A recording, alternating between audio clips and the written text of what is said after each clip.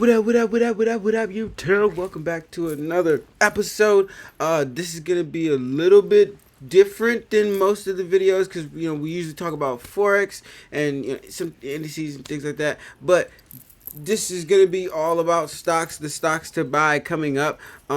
Trump was talking about some stocks, but there was a list of the stocks that he's actually in. I went through some of the list. There were some yays and nays, but I personally haven't done a whole bunch of research into a lot of these companies. But I found somebody that has. I haven't gone through this whole video, but I've seen this person's channel a few times. So I can lend to the fact that he does speak well to the space better than I can. So I'm gonna let him do it, and I'm gonna take in the information while y'all taking in the information, and we can trade and invest accordingly. If you haven't been here before, go ahead and hit that sub button, go ahead and hit that like button, and that bell icon. All that's gonna tell the algorithm this is good content needs to get pushed further. And without further ado, let's get into it. So President Trump appeared at an AI summit in Washington, D.C. on Wednesday, and in it, he laid out the White House's action plan for how the U.S. is going to dominate the AI market going forward. America is the country that started the AI race. President of the United States, I'm here today to declare that America is going to win it. We're going to work hard. We're going to win it. In doing so, he explicitly mentioned a couple of AI stocks like Nvidia, AMD, Palantir, and Big Tech, but we already know these stocks. And in this video, I'm going to go through the lines or read through the lines and give you some underrated stocks that are also on the move and benefiting from the current AI boom. One company that is crucial to making data centers work is Astera Labs, which produces a component called Retime. And I'm also going to be pulling up some information about the things he's looking at, just to take a quick look at it in the background, see if I can't speak to any of this, myself.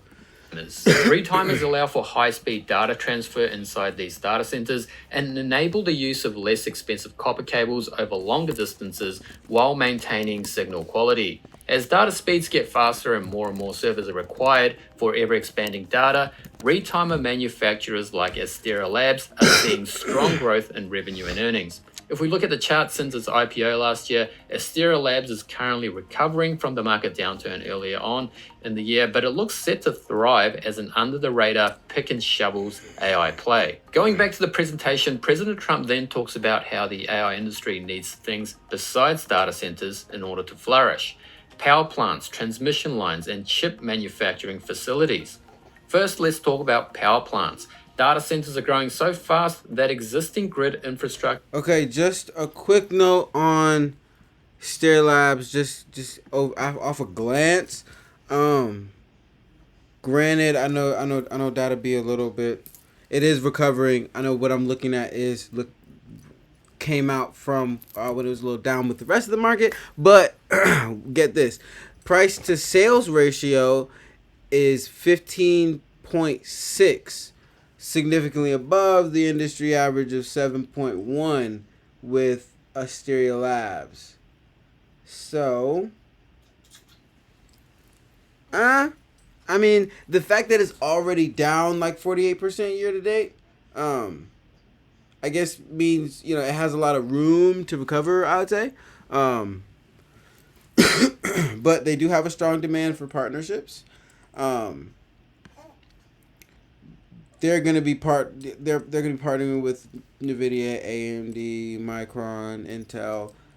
So through those strategic partnerships, I'm sure it can probably recover very well. So I won't say it's a bad buy or anything like that. It just might be slower at the moment. With a ratio like that, it just it makes it seem overvalued. But at the same time, with strategic partnerships like AMD and Nvidia and whatnot, it can quickly make up that gap with some a few good quarters. Is simply not enough to power them. It's magical thinking how you are going to meet this kind of power demand never seen by mankind before.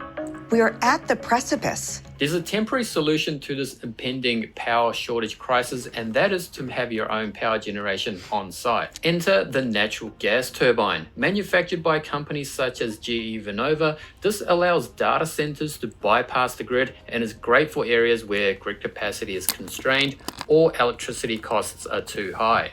GE Vernova is currently making money hand over fist by supplying these natural gas turbines and just released a strong Q2 earnings report with the stock going up nearly 15% on the day. The Energy Secretary Chris Wright, appearing before Trump, reckons natural gas is going to be key to powering the AI revolution. Natural gas is what's going to power AI. Let's just be honest. What's going to be the main source of new electricity in the United States by far and away? Natural gas. Just because it's cheapest, fast, it's reliable and dependable. The problem with natural gas turbines, though, is that they emit a lot of nasty gases into the air, and they're sort of just a temporary solution. One interesting field of power generation lies in nuclear power, namely in the form of small modular reactors.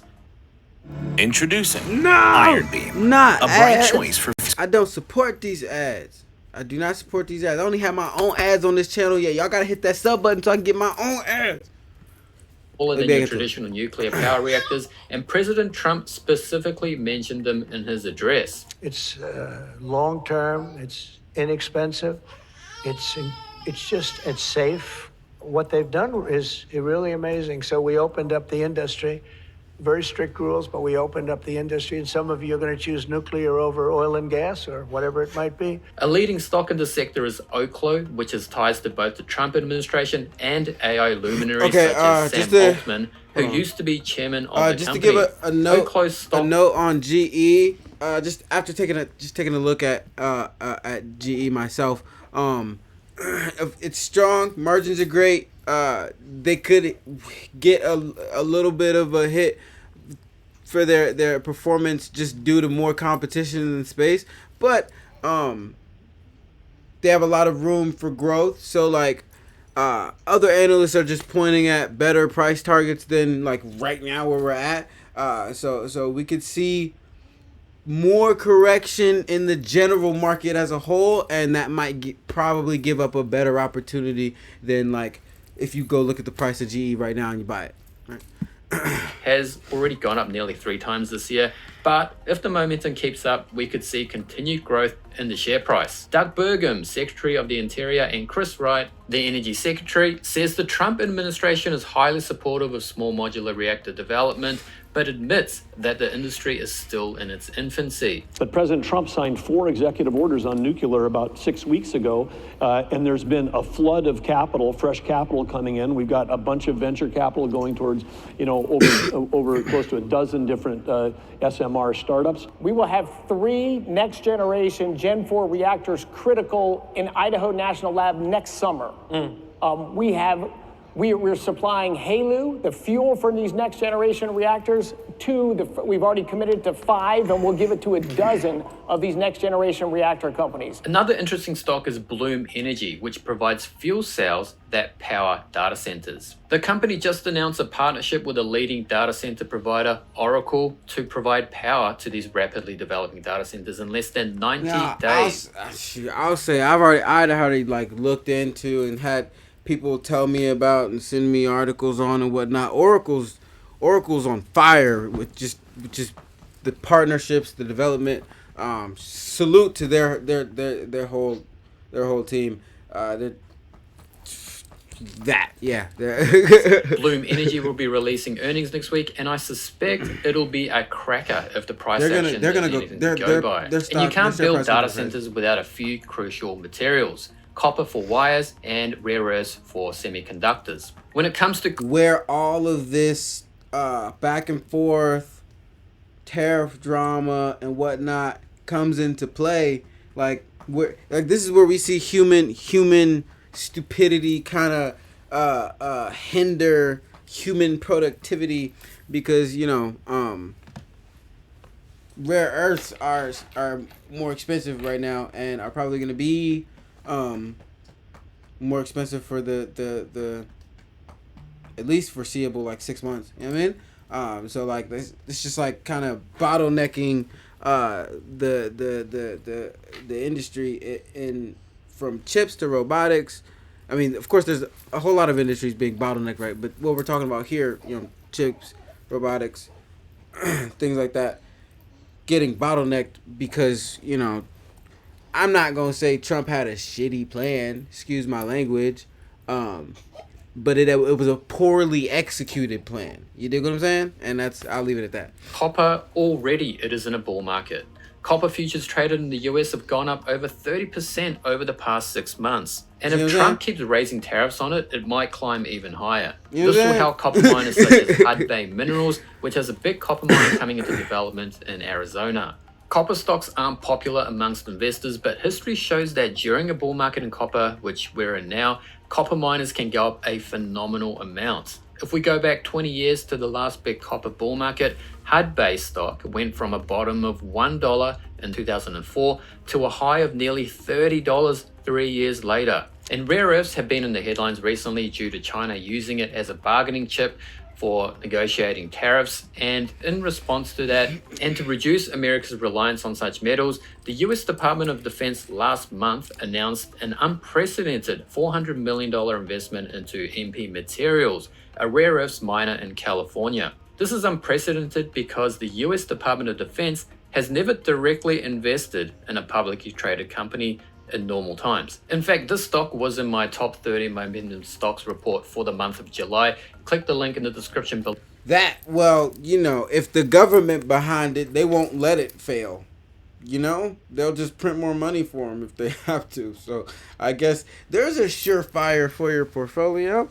To join my Discord server where you'll get access to this monthly report. Anyway, Granted, don't put your weaving in a pencil sharpener, just like instantly get in at any price point, whatever. Like, wait for some type of like red day pullback, you know what I mean? Like anytime, like listen, I'm not a super duper stock person, but I am one of the legends of trading. If you know, you know. Super red day, opportunity to get in. Alright? Super green day, FOMO sharpener. You know what I'm saying? Pencil sharpener. You know what I'm saying? So like CEO of MP Materials was a guest at the same summit, and he took to the stage to talk about the importance of rare earths to AI. Rare earth magnets are really the feedstock to physical AI. Robots, drones, everything we're talking about today, the biggest industry in the world to come. Essentially, electrified motion requires rare earth magnets. General Motors is already a customer, and Apple just recently signed an offtake agreement to buy rare earths from MP Materials. So the future is looking very bright for this company. If we look at the chart, yes, the stock looks overextended, but usually these commodity bull markets last several years, so I'm bullish on MP Materials in the medium to long term. And before President Trump spoke, Vice President J.D. Vance sat down in an interview and was asked if this was just the beginning of government directly investing into stocks like MP Materials. And this is what he had to say. Yeah, so Shabath, if you think about the great era of American economic dominance, right? It's the 40s, it's the 50s, it's the 60s. It's when we were so far ahead of the rest of the world that, economically, it just felt like nobody could possibly catch up to us. And back in that era, one of the great things that worked was true public-private partnerships, where we let the free market, we let private industries do what private industries were really good at, but we had a discrete goal in public policy, and we tried to facilitate it, right? There were certain basic research things that didn't make sense in a private sector context, but maybe they made sense for the country overall. There's certain, weapon systems that maybe weren't profitable. We were going to make them profitable because they were important for American national security. Of course, the entire moon landing is a story of a great public-private partnership that produced a whole host of great technological development and economic benefit downstream. Hey, half of Twitter will tell you it ain't happening, though. The U.S. government is going to keep... I want to say, though, let me know in the comments, do y'all think the moon landing was real?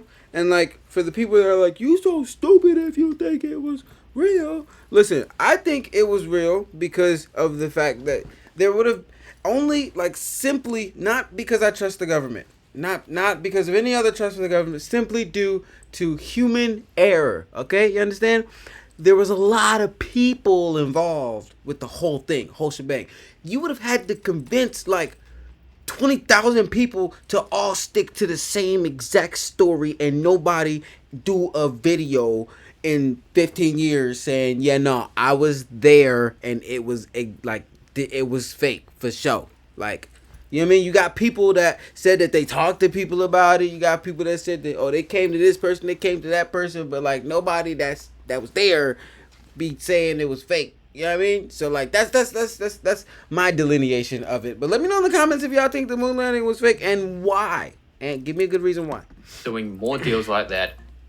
If numbers are the language of money, then the Sorry. I don't like them ads. Over the next 3 years. Other critical industries include coal, copper, lithium, medical devices, semiconductor manufacturing, pharmaceuticals, lumber, and of course, data centers. Trump also managed to score $500 billion from Japan to invest in basically whatever he likes, so expect the US government to strike deals with private American companies like MP Materials going forward. Just going back to the energy story, Trump is not only a fan of essentially, natural gas. honestly, I don't want to go. I'm gonna go too deep and give y'all too many options to look at and things like that. We've talked about a few different things you guys can go do some more research on and see if you actually want to invest in. I will say though, what's on the horizon, as we can clearly see, is on the horizon. Seeing the U.S. government do some more investing, and we can follow in their footsteps. And everybody should probably go follow that account on X. That's like Nancy Pelosi's stocks. Cause hey, Nancy be hitting in these markets. I'm telling you, man, Shorty don't miss, not even a little bit. She don't take no L's. But be safe if you guys are actually investing. Be safe. If you're a trader and you actually like deal with forex and cryptos and things like that, there's an app that we have. It's called thebirdsedetool.com. Let me go ahead and share my screen over here. Share that tab instead. So this is thebirdsedetool.com. I actually have a trade going based off of here. This is because I had EURCAD in here, and it's reading some slight bullish momentum coming in. So I bought EURCAD, and that's how that works in real simple terms. This it's free to use. You guys can save it to your home screen, so you got easy access to it and whatnot. You don't have to sign up or nothing like that. You just go on and use it. It's just there for y'all to use. I'm just Robin Hood like that. And then we have for all you innovators out there, for all you entrepreneurs, innovators, businesses, tech guys, freelancers, all y'all out there trying to do more work, we have built basically Twitter for Tech Bros. It's where you guys can connect with companies and opportunities. Companies are going to post challenges for specific goals, contracts, and things like that. You guys can bid, put your hat in the ring, and they're going to pick the best of the best. So this is where the best of the best are going to come to be the best of the best. Now, this dashboard or homepage right here that it's on your screen, it's a little bit dull right now. There's a little bit more development we have to do, but all that's going to be happening in the back end. You guys can go ahead and sign up. The link is in the description below. You guys just click over there, make a profile, and then walla bang bang. You guys got to confirm your email because we don't want no bots. So confirm your email, and then you can do whatever, yada yada. All y'all just go ahead and slide over there. We need to go ahead and get more users over here, so we can start getting more innovation done. Because I feel like I said before, there's a lot of bottlenecking happening in the industry due to policy and this, that, and the third. So we need to just connect more people with more people, and this is what SolveSphere is for. SolveSphere, the innovation network. All right, I love y'all. Make sure you're kind to somebody today. I'm gonna catch y'all on the next one.